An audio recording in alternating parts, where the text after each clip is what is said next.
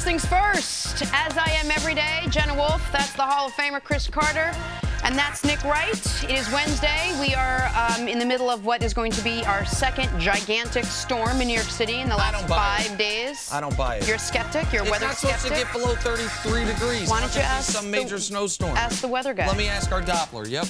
Over the next 12 hours, people, there's only one window where it's 90% chance of precipitation, and that being snow. Okay. So there's going to be a lot of snow. Okay. But is it going to stay on the ground? Because if it doesn't stay on the ground, what does it matter? It just falls from the sky and goes away. There's going to be snow, Nick, okay. right? All right. It's going to be messy in New York City today, and then perhaps it'll warm up and everything will be good again. Yes. Good opportunity to watch some more sports. Exactly. Absolutely right. Stay in, shack up with me, and we'll do it. Okay. And then in the afternoon. Hey, say it was late January and you decided to take a break from following the NBA. And then today you decided to check back in. Let me update you. Rockets still haven't lost a game. Nothing's changed. Last night they won their 16th straight game, beating Oklahoma City. Chris Paul had 25 points, James Harden with 23. So the Houston Rockets have now tied the Celtics for the longest win streak of the season. Let's kick the conversation off with you, Cris Carter. What do you think's made the Rockets so successful during this current win streak? I think their ability, and you have to give their coach a lot of credit and their front office, because the players that they've acquired, it's easy to talk about Chris Paul and how phenomenal him, Capella, and Harden are together. But the other pieces that they have, making Trevor Ariza feel comfortable that he can be a big-time scorer, he's a big-time defender, but the role that he plays. P.J. Tucker, acquiring him. And you saw in last night's game where they went to a small lineup, put P.J. Tucker at the 5, and he was involved in the pick and roll. So you're talking about mismatch. You're talking about nightmares. So their ability to be able to be different in different quarters and different nights. That's how you're able to win 16 games late into the season. And this is more significant than the Celtics streak. 16 games is 16 games, but doing it at the beginning of the season, it is a lot easier. Teams don't understand. Training camp being shortened. Now you're talking about the heart where every night teams are fired up for the best team in the NBA. So what they're doing is very, very significant, and the ways that they're doing it, in the different ways, so which I believe it creates this confidence as you get into the playoffs. Why? Because you get in the playoffs, teams start taking away your number 1 option, your number 2 option. They know your sets. They know your plays. They know your out-of-bounds plays. So their ability to be different from the first quarter to the fourth quarter, and their ability to shoot free throws to close out games, I believe is going to be critical in deciding who's going to be the NBA champion in 2018. I want to expand on something Chris said in just a moment. But first, how are they able to do this? Well, I believe it's in large part because they're the best team in basketball. But even if you don't believe they're the best team in basketball, it is hard to argue against them being the most complete team in basketball. And that, I think, is something Chris alluded to. What do you want in 2018 NBA? What do you want? What do you have to have? First thing, shooters. The Rockets have as many of them as any team in the league outside of Golden State. What's the second thing you've got to have? Elite rim protection. Enter Clint Capella, a great draft pick by Daryl Morey a few years ago out of Switzerland. All right, what's the next thing you need? Some scoring off your bench. Enter Eric Gordon, a savvy free agent pickup from a couple years ago. What's the fourth thing you need? Some true perimeter defense. Enter Trevor Ariza, an acquisition from a few years ago. Luke Richard-Mbah-a-Moute, an acquisition from this summer. If we want to then really nitpick, what's one more thing you'd like? How about just some toughness? How about what the Warriors said Zaza adds to them? But some real toughness. Enter Nene Hilario. Enter P.J. Tucker. Like, what do you want in modern NBA basketball that the Rockets don't have? Nothing. They have the league MVP. They have a future Hall of Famer, first ballot, no doubt guy as their second best player. That gives them elite passing, 48 minutes a game, and then every other box is checked. So when you add to that one thing that has been underrated for the Rockets this year, which is health, you get a team that's going to win 65-plus games and right now look like the best team in the NBA. And on top of all that, which you alluded to, they're not just winning one way. They can win all different ways. And we talked about this earlier in the week. They can win with a fast pace. They can win with a slow pace. They can win the half court. They can win however they need to match up with another team. And that ability, tell me if I'm wrong, that ability to be able to adapt to whatever style another team is playing is what puts them at an advantage. It really helps them. Their ability to be able to knock down shots, because if you have one or two guys that are cold And that's what you worry about with Golden State. Like, they have Steph, they have Clay, they have KD. But after that, like, there's not a whole bunch of knockdown shooters that – so I could understand why Nick and other people are starting to get on Houston as far as the best team because of the variance of way they can do things, their overall depth, the way the team is built. And, Nick, you mentioned 4 or 5 components that are critical. The only thing they don't have is postseason success together. Experience. Yeah. That's the only thing that collectively that they don't have. What about with regards to how they would match up over the course of a 7-game series? Because the game changes a little bit at that point, and then you say specifically against Golden State. Listen, they, in my eyes, should be drastic favorites over every team in the West other than Golden State. Okay, so if they are to lose in the postseason before they play Golden State, then all of what I think right now are somewhat unfair criticisms about Harden's resume, they'd be CP3, justified. exactly right. If this team loses in the first or second round, even if it's a tough matchup, even if you draw Oklahoma City in the first round or Minnesota in the second round or even San Antonio with Kawhi back in the second round, you should beat them. So I think they are just you watched them last night, and they just send wave after wave of scoring at you. And now in this winning streak, they're adding forget top 10, a top 5 defense, and they seem like a truly great team. How do you beat Golden State then? Listen, that's really hard. And with the Durant version, we haven't seen anyone have any type of postseason success against them. Why do I think the Rockets have as good of a shot as any team in the last 2 years? Because, first of all, I don't know that Golden State will have the best player on the court. I think that's a coin flip between Harden and KD or Harden and Steph. And second of all, the second unit.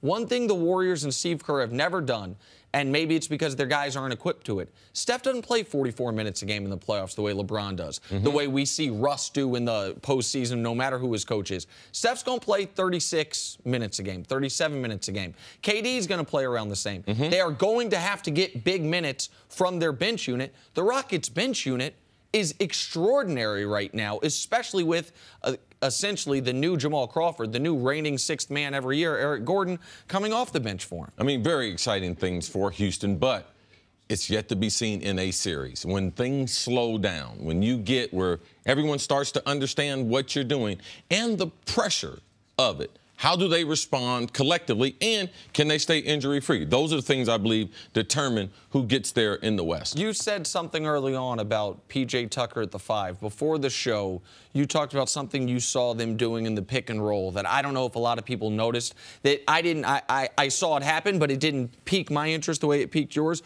What did you see last night that intrigued you from the way they're using P.J. Tucker when Clint Capella's out of the game and Tucker's in there as the 5? And it really, because they went to hack a Capella. They intentionally fouling him to shoot free throws. He's not a good free throw. So what does the coach do? He brings in P.J. Tucker as the 5. He puts him in the pick and roll, so which in turn, they just wait between him and Chris Paul, between Harden and Chris Paul, who they want to get in the matchup. So last night what they did was put P.J. Tucker in the pick and roll and eventually got Melo matched up on Harden where they could isolate on him. But in the pick and roll, he didn't do the traditional things as pick and pop through the three-point line because he is a three-point shooter. He got the ball at the elbow and was able to orchestrate more offense from that. So something that they hadn't done with their previous 5. And this is something as you start getting into playoff series, you start going offense, defense. I believe P.J. Tucker plays a bigger role as we start to get into these series. What they were doing with P.J. Tucker, it was a poor man's Draymond Green.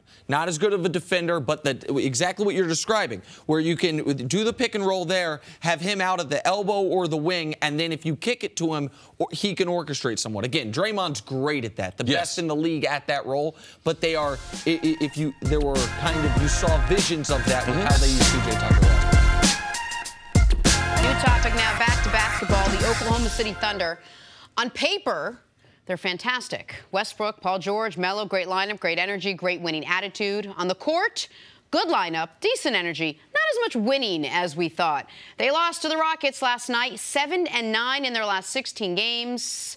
If the playoffs started today, they would have to face Houston as the 7th seed. CC, why have the Thunder been such a, well, I'd call them a disappointment this season? Well, it's really hard to figure out. Now, could they put all this together? I don't think they have them. When you're in the West, they have a good team, and they have Melo. They got him. Paul George, great player. Westbrook, great player. They still don't have the talent of the other teams in the West. Also, Billy Donovan, the coach. How good of a coach is he? You know, I've seen Russ lead this team. I've seen them play at a certain level led by the players. But to me, I question how good is he ultimately? Can he take them to that next level as a coach? I believe that's in question. And from a talent standpoint, they don't have enough shooters around. I mean, Melo is a good shooter, standstill, spot-up shooter, but they don't have enough shooters around Russ. I believe Adams became somewhat of a star this year. So their big three, to me, has been Adams, Paul George, and Russ. And right now, Carmelo, he's a complimentary player who is a liability from a defensive standpoint. So when you try to put Melo at the 4, you know you're going to have problems because defensively, he can't guard the 4s. So as a team, they've exceeded my expectations as far as one of the top 10 teams defensively in the league. But offensively, do they have enough shooters? I think that and the coaching are things I would bring into question. You said at the beginning they don't have as much talent as some of the teams in the West. They don't have as much talent as Golden State or Houston, but they have more talent than all the other teams ahead of them. They have more talent than Portland. They have more talent than New Orleans. They have more talent than San Antonio, certainly when Kawhi hasn't played all year. They have more, at least equal talent to Minnesota, is spent more once you realize Jimmy Butler's out right now. Like, this is wildly disappointing for me. I'm a Russ guy. I'm a Paul George guy. Like Melo, because I'm a Syracuse guy, I like him as well, but I knew where he was in his career. But you have Russ, the reigning MVP, one of the 8 best players in basketball. You have Paul George, one of the 12 best players in basketball. You should not be fighting for a playoff spot. You should be fighting for seeding. And I understand that Andre Roberson went down and their defense has fallen apart without him. This was a team that had a top 4 defense with Andre Roberson and now all of a sudden is a middle of the pack to bottom 3rd defense without him.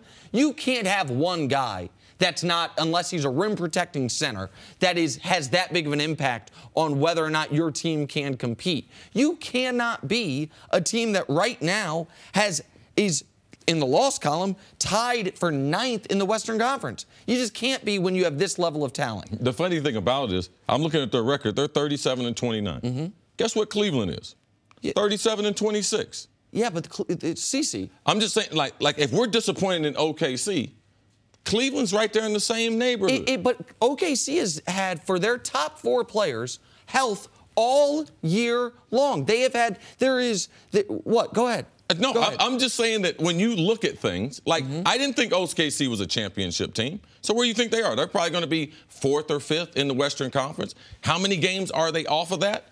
Like, they're just a few games off of that. Like, we know Portland's played outstanding. We didn't see that coming. New Orleans, we didn't see that coming. But when you look at their record, they're 37-29. Cleveland is 37-26. Okay, I mean, we can talk about Cleveland, but as far as OKC goes, they are on track to win the same number of games as last year. That is a wild disappointment when Steven Adams has got better, when they've had as good a health as any team in basketball. As the most disappointing team, I don't think they're. I think the Knicks are more disappointing. Like, I had higher expectations for the Knicks, and their star is hurt. So there's other teams I believe have had disappointing seasons. I don't believe OKC should be the focal point. Yes, we should be conversating about them, but there's other teams that have been disappointing just as well. Nick, when we first started, when the season first started, there were 2 teams that we worried about with chemistry issues. It was Houston with Harden and Chris Paul, and it was OKC with Melo, George, and Russ. One team took off, which we didn't think. Those are 2 guys that want the ball, and they took off, and they've been great. The other team, whether you think they're disappointed or not, just haven't. What do you think the difference is? Well, listen, I know a lot of people. Is it a Billy Donovan thing? I think part of it's coaching. A lot of people are going to blame Russ, and at this point, I understand some of that Harden does seem easier to play with than Russ seems to play with. But Russ is going to play his game no matter what, to a degree, it would appear. The guys around him, it's weird. But is that a problem? Eventually, don't you think you should change and evolve? Yeah.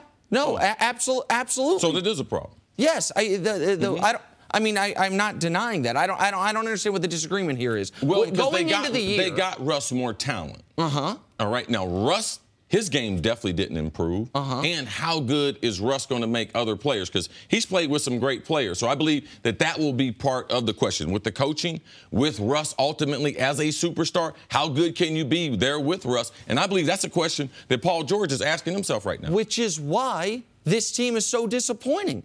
Going into this year, I mean, you can say now that nobody thought they could compete in the West. That to me, that's not historically accurate. On this show and on every show, the discussion was, if the Warriors don't win the West, who can? And people said Houston and OKC. Early in the year, when OKC played really well. I only vouch for my own opinion. But CC, I know what you're for other opinions. And I know that when I did not think OKC was a championship caliber team. We'll go back and pull the tape. When they had that 22-8 stretch, the middle 30 games of the year, when it looked like they had gotten it right, the discussion on this show was that they could be a problem for any of the top teams in the West. They still could be a problem. Okay, well, that's where we disagree. They could still be a problem. I do not think that. I think right now this team is, for reasons I can't figure out, this team, we've had 60-some games for them to get it right. They haven't gotten it right. And you mentioned Paul George. We thought Paul George, it was, okay, they make the Western Conference Finals, they have a good playoff run, you would have reason to stay. Right. I don't see if you're the 7 or the 8, so you don't have a reason to stay. These guys get to 50 games this year? 50 wins? No. I mean, I don't think so. I think they win high 40s like they did last year, which when you add Paul George is, you can't have the same record as you did last season. Not when you've had as good of help as they've had. This past Saturday, Xavier clinched the regular season Big East title with a win over DePaul. It was their 12th win in 13 games, and it ended Villanova's 4-year run of winning the Big East. Don't tell Jay Wright, although I feel like he probably already knows. We're now joined by the head coach of Xavier, Cris Mack. Coach, thanks so much for joining us. Good to see Thanks you. for having me. I'll tell Jay Wright. You don't even have to worry about things like that. You have bigger things on your plate right now. All right, let's talk about Saturday. First regular season Big East title in school history. Yeah. Tell me what that experience was like. It was awesome. Obviously, we clinched a share the game before on Wednesday night against Providence, and so we had the opportunity to celebrate it. But, this was our 5th year in the league. Nobody had won a regular season title outside of Villanova, so obviously everybody knows how good they've been for so many years. So it was special, especially the fact that we have 3 seniors who've been with me for 4 years and have tried to climb that mountaintop, and to get there was awfully rewarding. You mentioned the seniors. This is one of the reasons you guys are a likely 1 seed. One of the reasons you guys are a favorite to make the Final Four is in college basketball in 2018, a lot of youth, and you guys are very old for college basketball terms. How much has that changed the way you can coach this team when you have guys who are used to you, used to your system, and given the run last year, used to high-level success? Yeah, I mean, first of all, we have a really good mix of young guys and veterans. But I think when you get to the point where your team is coaching the team, not that I don't have much of a role at all, but the seniors do a really good job. Tony Dungy calls it regenerative leadership, where your oldest players teach the younger players, and not necessarily just on the court, but the way you carry yourself, the way you travel, your practice habits. And when I have guys that are seniors that are looking at me in the eye in every huddle like they're freshmen, it's something that you want as a coach, and I'm very fortunate. I've been very fortunate to have a lot of good coaches in my life, coaches that have influenced me, ones I've never played for. Even Coach Izzo, him and I text about once a week to stay in contact with each other. You mentioned Tony Dungy. Who are some of the other coaches that have had an influence on you and what you do at Xavier? Well, I think you're a culmination of everybody that either played for or worked with. Certainly my high school coach, the late Dick Burning, was a guy that, always kept it about family. And, when practice was over, and you had 3 turnovers, he wasn't up your tail, and you felt like you could be in a comfortable space with Coach. Skip Prosser was the first guy that brought me into college coaching, passed away in 2007. He was an assistant when I played at Xavier. And, Coach just had a great way about him. There wasn't a person that met Coach that would have a negative thing to say about him. And then obviously Sean Miller, who I was the assistant for 5 years at Xavier. So also, one more, real quick. You talk about those coaches. You talk about your senior guys, them getting their first title this year. How rewarding is it? Because other coaches, other publications, they have recognized you, one of the 10 finalists for the Naismith Coach of the Year honor. How does that feel, given all these coaches and the influence that they've had on you? Yeah, I mean, I don't worry about those individual things. I want to do the best job for my guys. And, you know, I think we have a great group, a group that's fun to coach. I want to be around guys that I like to be around. And that's really, really important to me. And, you know, again, when you have guys that have been with you for 4 years, they've heard every locker room speech, they've heard every halftime talk, they've heard the same message over and over, but yet they stay the same coachable guys they were as freshmen. It's very, very unique. And, again, I'm really fortunate. Coach, when I get a group of my girlfriends together and we go back to college once a year, it's like big-time fun. It's a blast. You get to actually coach at your alma mater, not with my girlfriends, because that would be awkward. What is that? What's that experience like? Just to continue to be around it. It's great. I mean, if you've never been to Xavier, the thing that I would say describes it the best is just community or family. You know, I tell people all the time in recruiting that when they come on campus and you're hosting a high school student with their parents, you tell them, hey, listen, this isn't for everybody. You know, the person that you run into on a Monday, you're going to see them on Tuesday. You know, it's not Big State U where you may not see somebody for a couple months. I mean, so you better treat the janitors right. You better treat the people that open up the loading dock so you can get in the gym and get shots up every single night. And so Xavier's a special place. I want to talk about, obviously, the reason you're in New York City, the Big East tournament. It's very different for you guys going into the tournament, Big East tournament this year than last year. I think it's fair to say last year, had you lost your opening game, you might not end up in the NCAA tournament. You were even, despite winning. Thanks for reminding me. No, it's fun. No, it ended up being great. You guys made a run to the Elite Eight as a team. That's Nick Wright. He makes plenty of friends. There we go. But if people don't remember Xavier last year, Xavier was an 11 seed going into the tournament. I understand. A great story getting to the Elite Eight. This year, it's very different. Obviously, you want to win this championship, but what you are fighting for now is, are you going to be a 1 seed? Or are you going to be a 2 seed? Things like that, and the ability to cut down the nets in a few days at MSG. How different is the approach, if at all, going into the tournament now this year compared to what you were telling your team last year? Yeah, I don't know if the approach is different, but I'm sure the mentality of our players is a little different. You know, we came into the tournament last year with a huge sense of urgency, and you know, it's hard to foster that. It's hard to create that. But I do think that we have, again, keep going back to the word seniors, but guys that they want to go out the right way. They don't want to be a one-hit wonder here in the Big East tournament, arrive on a Wednesday and leave on a Thursday. So hopefully we're at our best. We're either going to play St. John's or Georgetown, two guys that are used to being in the Garden, and it should be a good one. Well, Coach, we can't afford for you to go out Thursday because Nick and I have tickets for Friday and for Saturday. All right, so we can't afford that. Now, following up your first Big East, how important is the tournament to continue that momentum and to potentially get a higher seed in the big dance? I think you want to be playing your best basketball at the end of the year when, you know, let's face it, everybody remembers these games. The season matters the most. I mean, you probably wouldn't have me here if we weren't in Elite Eight the year before. So, you know, that's one of the things that everybody points to is March. And so we do want to be playing our best basketball at the end of the year, and we get that started tomorrow at noon. Talk about the strength of the conference a little bit. You guys have two of the best programs in the country right now. Not the biggest conference, so just a little bit about the competition that you have to face all season long and what a testament it is to where you guys are right now. Well, a year ago we had 7 teams in the NCAA tournament, and I think sometimes they talk about, you know, the ACC and other, you know, other conferences, 12, right. Yeah, getting 8, 9. Well, we only have 10 teams in our league, and when you're getting 70% of the teams in the NCAA tournament, it's impressive. It is impressive. Now, I think this year you're probably looking at 6 teams making the tournament. Major disappointment. Yeah. But the other thing I would tell you is I don't think you have to go that far. If you look at the team that finished in 9th place in our league, St. John's, they had a streak where they beat Villanova. They took us down to the wire. They beat Duke. You know, in MSG. If you can take down Villanova and Duke in the same week, it says a lot about your talent level, and I think that's what our league looks like as a whole.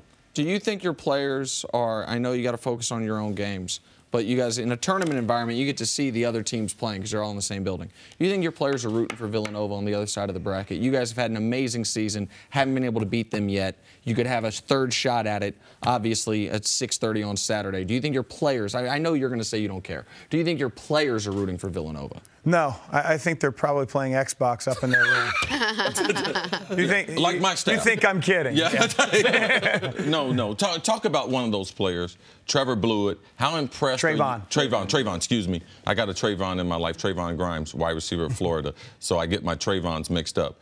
Talk about his senior year and how impressed you were personally with his performance and how his game grew. Well, I think, number one, Trayvon's always been a prolific scorer ever since he came to us as a freshman. But what's been really impressive in his senior year is the efficiency in which he's done it.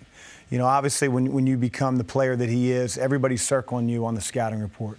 You're getting everybody's best shot. You're getting everybody's best defender. And for him to have the type of year that he had, and really the consistency that he's had all the way through, says a lot about the character, his work ethic, not to mention, obviously, his ability level. Would you consider this year the best team you guys have had? I don't worry about those considerations. Well, I'm worried about it. Are you? I'm very worried. I'm losing sleep over it. So, you know, I just, as I said in the very beginning, I really enjoy coaching this team. I try not to compare teams. They have a personality that's very, very unique, and one I really enjoy coaching. I'm hopeful that I can continue coaching all the way through April. Obviously, Coach, you took over for Sean Miller at Xavier. You obviously know him. What was your reaction to the ESPN story and then his very vehement denial from a few days ago refuting that story? Well, you know, it's interesting because, you know, it's left a black mark, not only the episode with Sean, but some of the other things that have been going on in college basketball. And, you know, we could probably spend 5-10 minutes here. Obviously, I love Sean to death. He gave me a great opportunity at Xavier. I just wish that, you know, the facts would really come out and people could speak accurately on what is the truth. It seems like the story's changed over and over, and I don't see Sean coming out of his shoes like that if there wasn't some merit or some belief on his end that he isn't involved to the level that they've said. When you said everything going around, how much harder has it made your job, the entire black cloud of this FBI probe around all of college basketball? I know you're not directly involved, but just everything, the recruiting and all the news around the NCAA these last, I don't know, 9 months. Well, it hasn't made my job any more difficult, but I think it has, you know, cast a stain a little bit on college basketball. That, you know, there are a lot of good people in this sport. There are a lot of good coaches that do it the right way, that teach their kids values that go well beyond the basketball court. So from that standpoint, it's disappointing. You know, again, I could go on and on. I think agents getting involved with kids when they're 8th graders, 9th graders is a huge part of the problem. And hopefully Mark Emmert and the people that are putting together a think group can make some changes that help all college basketball. We are joined now by Villanova head coach and friend of the program, Jay Wright. What's up, Jay? Great to see you. How's it going? Good to see you. You too, Nick. I like how Cris started that in a defensive stance. Oh, yeah, we weren't on that. Never happened. Man, you got to that defend never some happened. people. But not when you played. Oh. Not for you. Oh, it yes. was this. Let's hear it. You should have started like this. You should have started like this. This morning when you cut your face, should have cut your neck. I do want to let the audience know something. A little back of the napkin tabulations. I believe Jay Wright joins Super Bowl champion Lane Johnson as the only 3-time guests of this show. Is that right? I think you it's a now, Philadelphia thing. Yeah, you are now. It's a Philly thing. Yeah, you and Jenna's Lane got a little Johnson. Philly in her. I got a little Philly. Cece's got a little Philly in him. I got nothing. I appreciate that. Nick can spell Philadelphia. So, hey, we had Coach. We had Chris Mack, the head coach of Xavier, on a couple minutes ago. In the hallway. He was just talking about what a pathetic program you guys have and how much better Xavier. No, we were talking about the strength of the Big East and how good this conference is to have 2 of the best teams in the country. Talk a little bit about what it's like playing in this conference. It is. It's really cool. You know, I came up in the old Big East, and I never thought anything could match that. And it's never going to be the same. But where this league is right now, you look at the possibility of maybe 7 teams in the NCAA tournament, and what Cris was talking about is, you know, Xavier and Villanova are ranked, I think, 2 and 3 in the country, but just as important, maybe more, is in the RPI, we're both 2 and 3, which shows the strength of our league, the strength of our out-of-conference schedule. And then, given that, we got beat by this last-place team in the league. And so everybody can beat everybody. It's really cool. It's an amazing conference. We talked with you right before the year, and we talked about it's a good problem, to quote Marlo Stanfield, but it could be a problem that you can't tell these guys going into the year, listen, guys, every game, we're fighting for our tournament lives. Yeah. All of I think of your top 7 rotation, 5 of them have won a championship. It's DiVincenzo, pardon me, and Spellman, who haven't. Yeah. Like, they're experienced guys. They knew that you guys were going to be good. So now that the regular season's over, how would you evaluate how those guys dealt with those expectations? Obviously, you had a good record in the regular season, but how do you as the coach evaluate how they handled it? That's exactly what we do, Nick. At the end of the regular season, we look back and say, all right, given everything we went through, these guys have had a lot of success. They're young guys. They deal with a lot of attention. How did we handle it? And I really think they did a great job. We had some times during the middle of the season where we lost Phil Booth, the starter, for a while. We lost Eric Pascal for a while. We had 2 freshmen with broken hands. Now, not as an excuse, I'm saying everybody deals with that, but you just got to look at how we deal with it. I just love how they stuck together, and really the leadership of Mikal Bridges and Jalen Brunson during that time, the only guys that didn't get hurt, those guys really carried us. And I think we're at a point in the season where we can actually keep getting better because we got the freshmen back, they're healthy. We got Booth back for a couple games, so we can still keep getting better at this time of the year. Now, Coach, regardless of how you guys do this week in Madison Square Garden in the Big East tournament, you're going to be a #1 or #2 seed. Let's personally talk about the Big East tournament. I like the way you said that, because everyone says no matter what we do, we're going to be a #1 seed, but that's not true. No, the way you said it is true. You could get jumped. I mean, I'm not rooting for that, but if you guys lose, no one else says that, and we don't talk about this in our program, but the reality is there's enough good teams that if we get beat in the Big East tournament, we will not be a 1 seed. So thank you for clarifying that. But you've made it important to the program. 2 out of the last 3 years, you've won that Big East. Talk about how important, regardless of the seeding, how important it is to have that tournament championship before you go into the big dance. It's important before the dance because it gives you great momentum, but it's also important for your program. We really evaluate our program on what we do in the regular season. Now, we've won the championship the last few years, and this year we didn't. And Xavier had an incredible year, and we didn't have a bad year. They just had a great year. And when you look back at the season, you look at, all right, how did you do over 18 games? And then you get into this Big East tournament, and you're playing against your brethren, right? This is your league. So how do you do in this tight, contested, intense atmosphere? And then the NCAA tournament it's a tournament, man. It's matchups. It's all kinds of things. So how we do in the regular season and this Big East tournament is really how we evaluate our program. All right, I want to follow up on something because it seems to me, don't have to be a detective to deduce that you have made it clear to your team, this tournament matters, guys. Yeah. Like, you think you're a 1 seed, you're listening to whomever. We are not locked into a 1 seed. And I'm sure what you've also told them is, while even as a 1 seed, you're going to talk about how much, the 16's dangerous. I get that. But we know 2s get beat by 15s. And the different path to winning your regional, it is markedly more difficult as soon as you fall off that 1 line.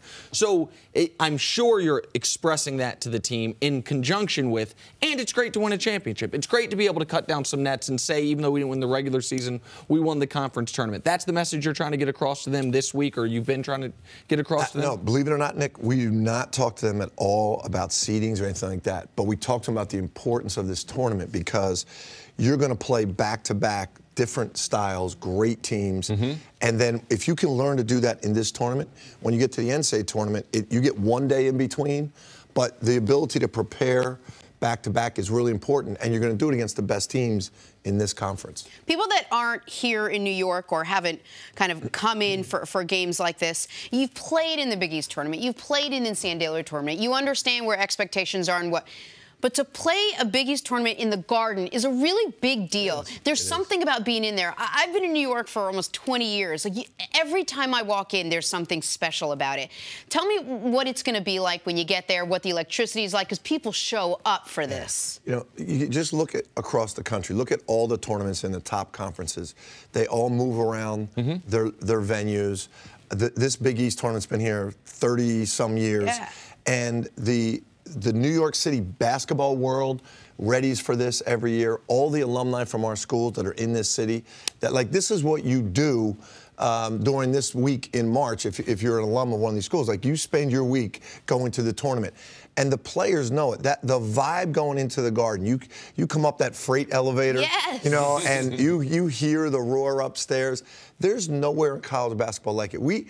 The coaches in the Big East, we'll sit around, have a friendly beverage, and we'll talk about where does the Big East championship rate with the NCAA tournament? Like, is it comparable to a Sweet 16?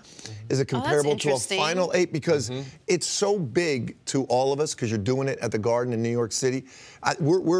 We've come to the point where it's between Sweet 16 and Final 8, where the value of that is that important. You talk about the ride in the freight elevator. I'm a big fan of the Garden. I'm a big fan of big venues as the stage for someone to perform. But how much better is it when the gates open, you have someone on your squad like Jalen Brunson? Like, how much does that experience change with a guy like him? You know what? It's a lot. You know, when you go in road games and you have a guy like Jalen who's just the consummate competitor, you know, like there's no one that prepares himself better for a game. There's no one that likes the big stage, likes being in a situation where everyone's against them. So now you take that into a tournament and you take that into Madison Square Garden. As a coach, it gives you great confidence. And we have a saying that one man with courage makes a majority. And having him on your team, you know, he's just got such great courage. It really hits everyone else on the team and makes them feel confident going into games. You said something a few weeks ago that I thought was really interesting. I was excited when I heard you say it. I knew you were going to be on sometime this week to ask you about it, which is there is this FBI probe, this whole scandal swirling over college basketball. And you said something pointed that you thought you could use as a teaching tool for your players. What do you mean by that? Like, how effectively, what does that actually mean? How can you do that? I learned something myself because I asked them, I said, hey, are you guys following this? They said, yeah. So I said, did you see the ledger that they listed all the names? And they said, no, which showed me they don't really read the articles. They just look at, they see the headline, they look the at tweets. your clips on TV, and they don't. So we copied those ledgers and in the article, and we handed it out to them. We just showed them. We said, look at all the names on here, right? I said, we said that you have to be careful with everybody you associate with in the position you are in your life now, because you don't know how they're going to use your name. So there's some guys' names on here that they might have just used their name. They might have never met that. They might have never met that agent. You know, some of these guys that are playing that are on there, they probably interviewed them and said, like, did you have dinner with this guy? And he probably said, I never heard of that guy. But they used their name because they might have come in contact one time. So a good way for them to learn how careful they have to be with the position they are now in their lives. And also careful as far as knowing what is and isn't okay, because people see the big headline, $100,000. Everyone knows whether that should be allowed or not, it's not allowed. But some of the other stuff, I mean, the kid that Miles Bridges in Michigan State got caught a $76 dinner tab, like something that I think most college kids like. Why am I not allowed to say you can buy dinner? So how much of your talking with them is saying, guys, even if you're not doing something you know is wrong, like you have to make sure it's not against this very dense, long rule book, that things that might not feel wrong at all. Yeah, you know what, Nick? I don't know how it was when you were in school, but I know even when I was in play, we didn't have compliance people like we do now. We literally have every 2 weeks a compliance officer come in and talk to the team. So you have to take away practice time, have the compliance officer come in, talk with them about what's happening currently and what rules are changing. We talk to them about it all the time. And even with that, as you said, they might not realize some guy that, you know, says he's a friend or a cousin from New York that is coming in to go to dinner with them could be connected to an agent. They don't know. So that was my reason for showing them the ledger. Like, you don't know who's using your name to go back to someone else and say, hey, I want money back because I took him out to dinner. So we even said, like, we got 3 weeks left in the season. All dinners we're eating together. No dinners out with anybody. We're eating every meal together. Let's just get through this season and try to figure this all out. At the NCAA, we're going to do this one to wrap up. they're looking at making changes. You can't make any changes in college football or basketball unless you have a lot of people like yourself. People respect Jay Wright, respect what you've done, and what type of program you are. What are some of the changes that we need to look at moving forward? Because this really is about the kids. How can we help these kids more so than hurt them?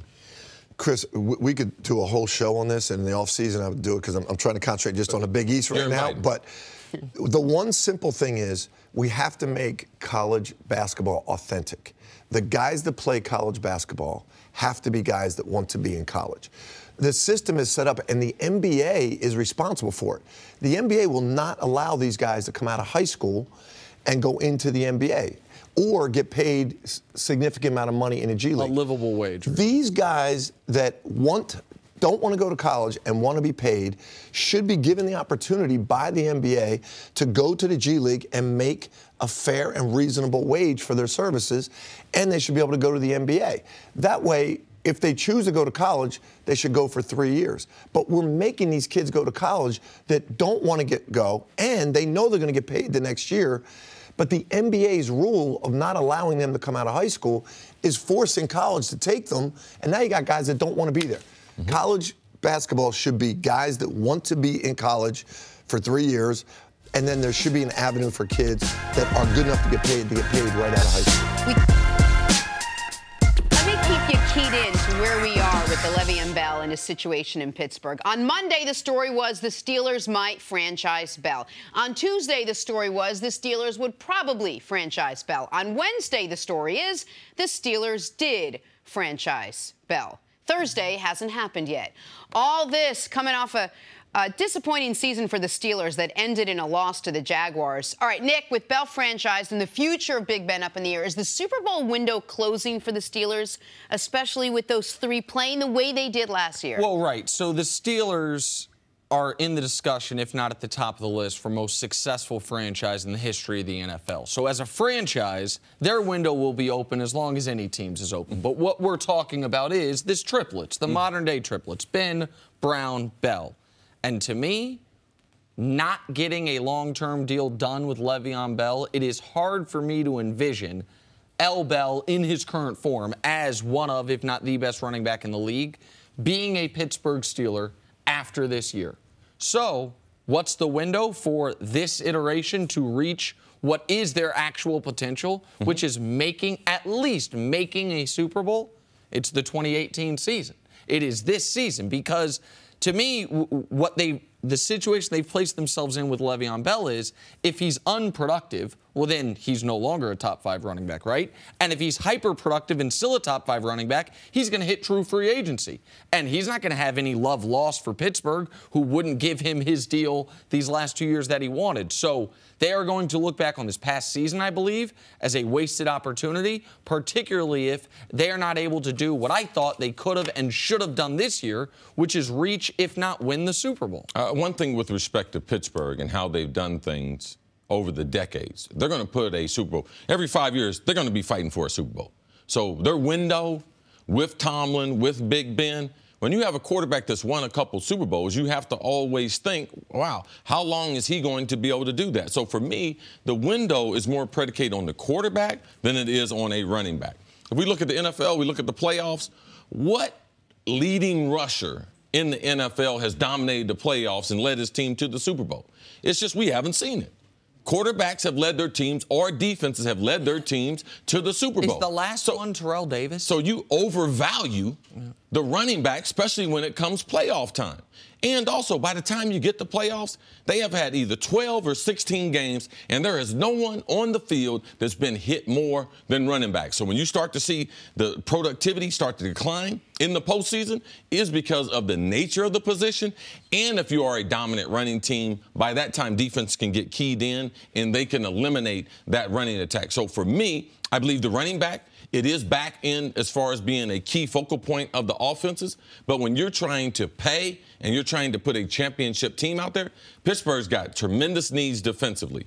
They need a middle linebacker. They need secondary help. There's other things that I believe or a longer-term priority that they can't give him $15 million a year. There's no running back in the NFL that does, unless you're playing on a losing team. If you go to a team and they got $100 million under the salary cap, $80 million, you can go there. Like, he might be able to, after the season, go to a team that is a loser and get that kind of money. He will not get that kind of money on a championship caliber team. But, Cece, that speaks to why Pittsburgh didn't want to be in this position to franchise him again, because you're saying a winning team can't pay him $15 million against the cap. Well, this year they are. Like, it's not a long-term commitment, but it's going to be harder for them to address those needs this offseason because this year with the franchise tag, it's $14.5 million for L. Bell because they tagged him last year. So they are paying a super premium when the best running backs in the league don't even get $10 million per year for Le'Veon this one season because they couldn't reach the long-term deal. I think it's better to have a larger cap number now to be strapped with a 4 or 5 year deal with a guy that you know is going to decline halfway through that contract. Well, let's talk about the guy. He had, you know, they ran him 400 times last year. Do you see him doing that again this year? Was that part of the reason maybe the Steelers are hesitant to sign him for longer than a year just because they don't think they can get the same productivity out of him? I don't think so. I mean, he's truly one of the great talents. I don't think teams count carries as far as longevity. I haven't seen it. People bring it up, but they can't give any concrete examples, all right? He is a great football player. They are not monitoring him. Well, I wonder how many carries he has now. Well, I wonder if he can do this. So this is all about money. So, because they think he can do it. Well, it's about the position, too. Like, how long is a guy going to be able to have 400 touches? So it has something to do with it. I don't believe that his productivity or how many reps they're giving him calculates into, are they going to give him a long-term contract? I believe the money they're paying for quarterback, the money they're paying to Antonio, and the needs they have on the defense, they dictate that we can't give him a long-term contract. I do believe that there is only a certain number of carries or touches or whatever a guy has in his body. We don't know what that number is until after their career. But what we do know is since 2013, nobody has been used more than Le'Veon Bell. And I would imagine, tell me, Chris, I think what you've said to me in the past is they are not during the season adjusting any game plan or any usage based on his contract situation. But in the offseason, when they're evaluating, do we want a long-term investment in this guy, don't they look at? They would not give him a long-term contract if he had 200 carries. Okay, that's all right. So that's what you're saying. I'm just telling you, I've watched this all along. People say it. You cannot prove that to be. When you have a player, especially a player you've drafted, he's your property. You have to try to utilize him. I mean, they've been in Super Bowl contention.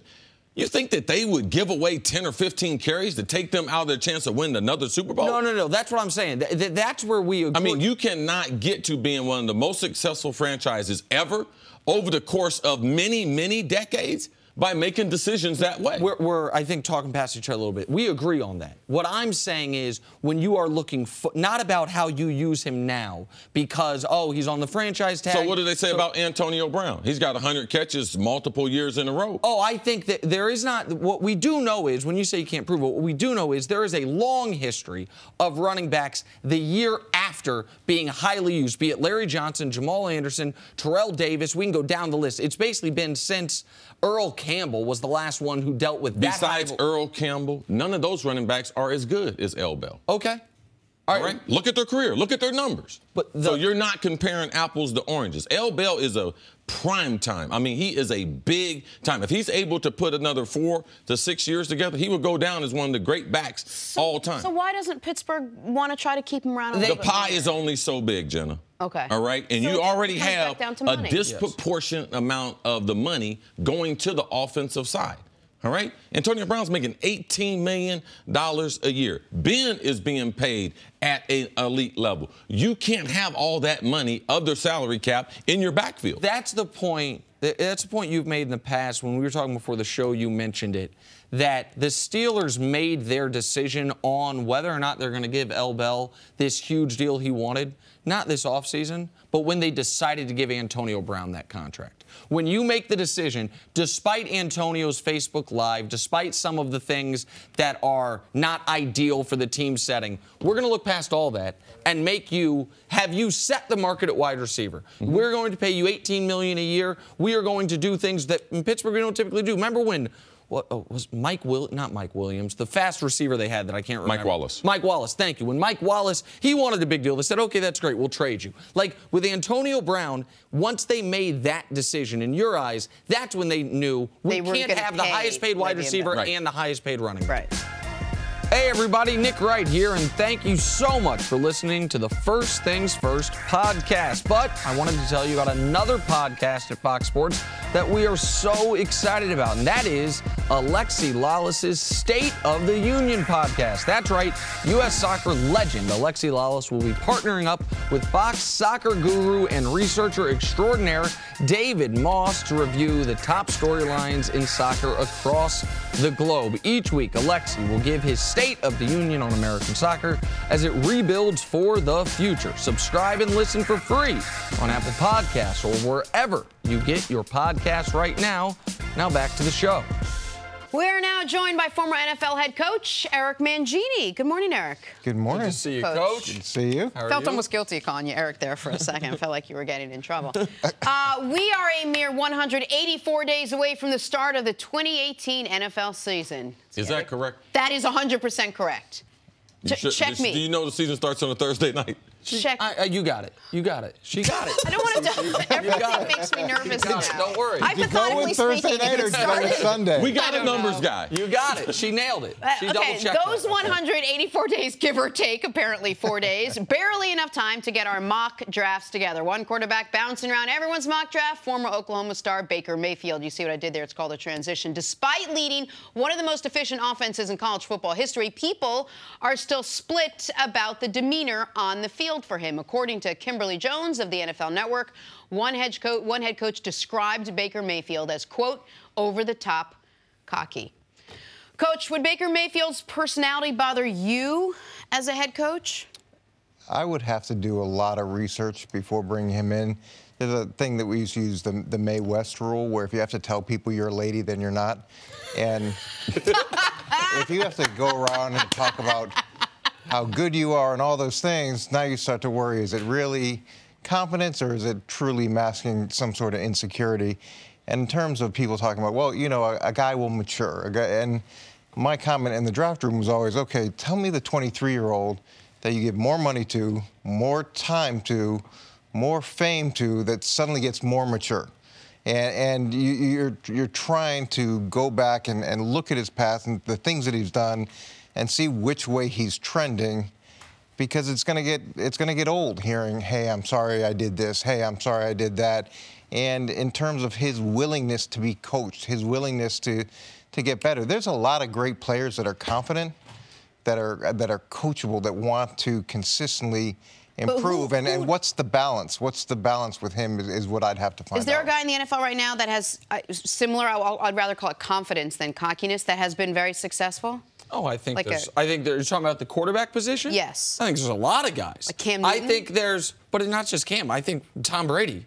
I think Tom Brady is that type of true confidence. Aaron Rodgers. Aaron Rodgers is a great example. I think most of these guys that are high level, especially at that position, but high level achievers in pro sports, have enormous confidence. So what's the difference? Well, the difference is grabbing his crotch and getting tackled by the cops and the planting the flag. Like, that's the difference. I mean, the difference is that, and again, I am not a guy that worries about this type of thing that much. I'm a talent guy, and CC has talked a lot about his teammates like him, his teammates follow him, he's a leader. Those things matter more to me. But we do hear this in the draft process all the time.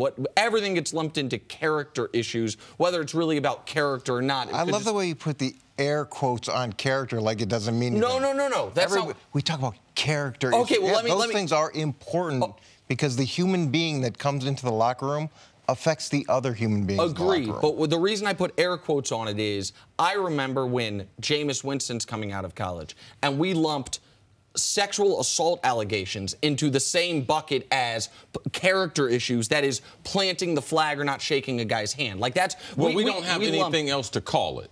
So anytime we have it, and that's why I have a problem with the question about Josh Rosen yesterday. If we're going to say character issues, well, Josh Rosen, Jameis Winston, Baker Mayfield, they're all three totally different. That's why I put the quotes on it. Because well, off the field Off issues. the field. Okay, concerns, non-football concerns is what I would call it. Okay.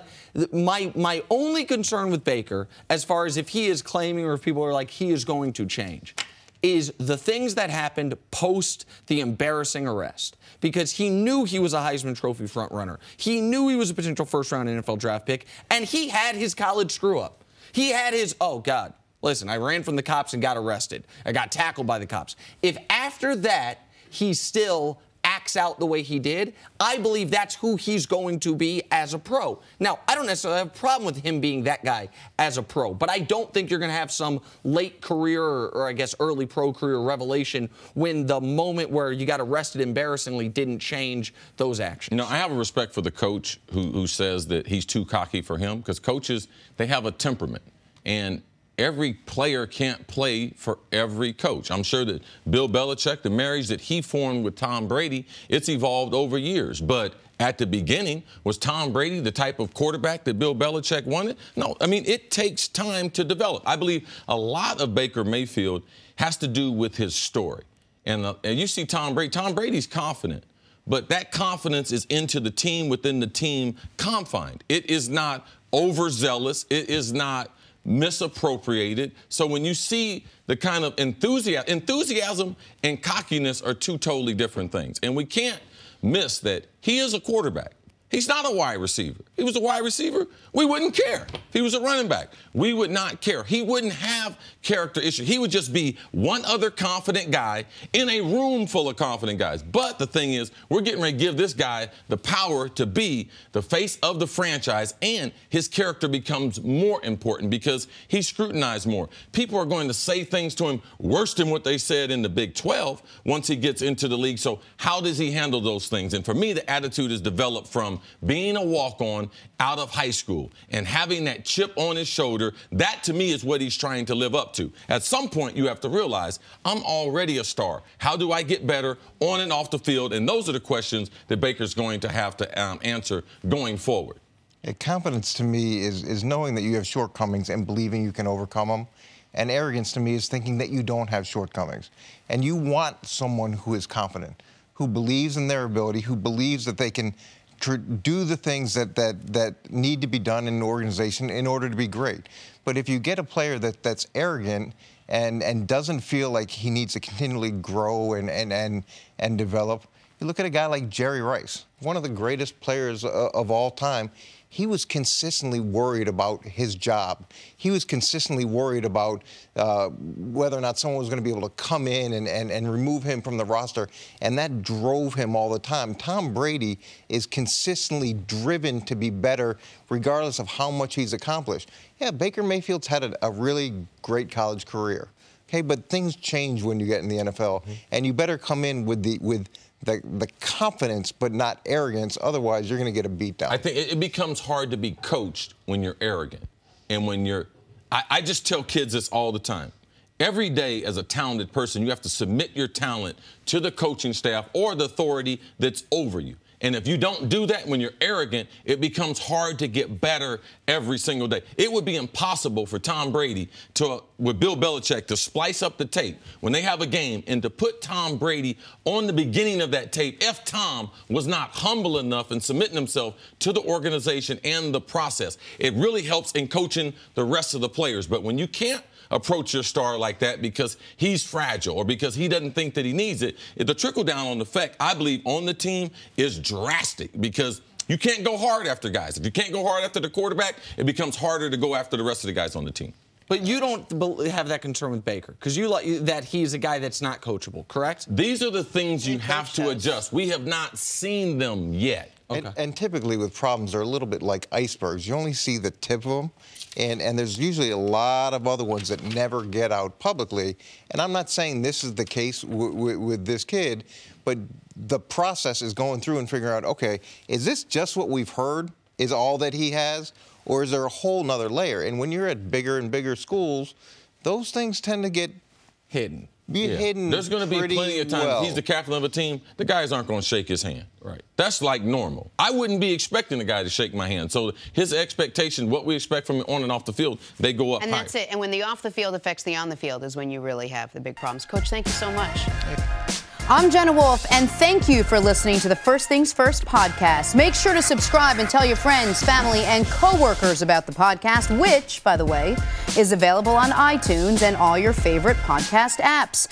You can catch a fresh new episode every Monday through Friday on FS1, starting at 6:30 a.m. Eastern, 3:30 a.m. Pacific. So long, everyone.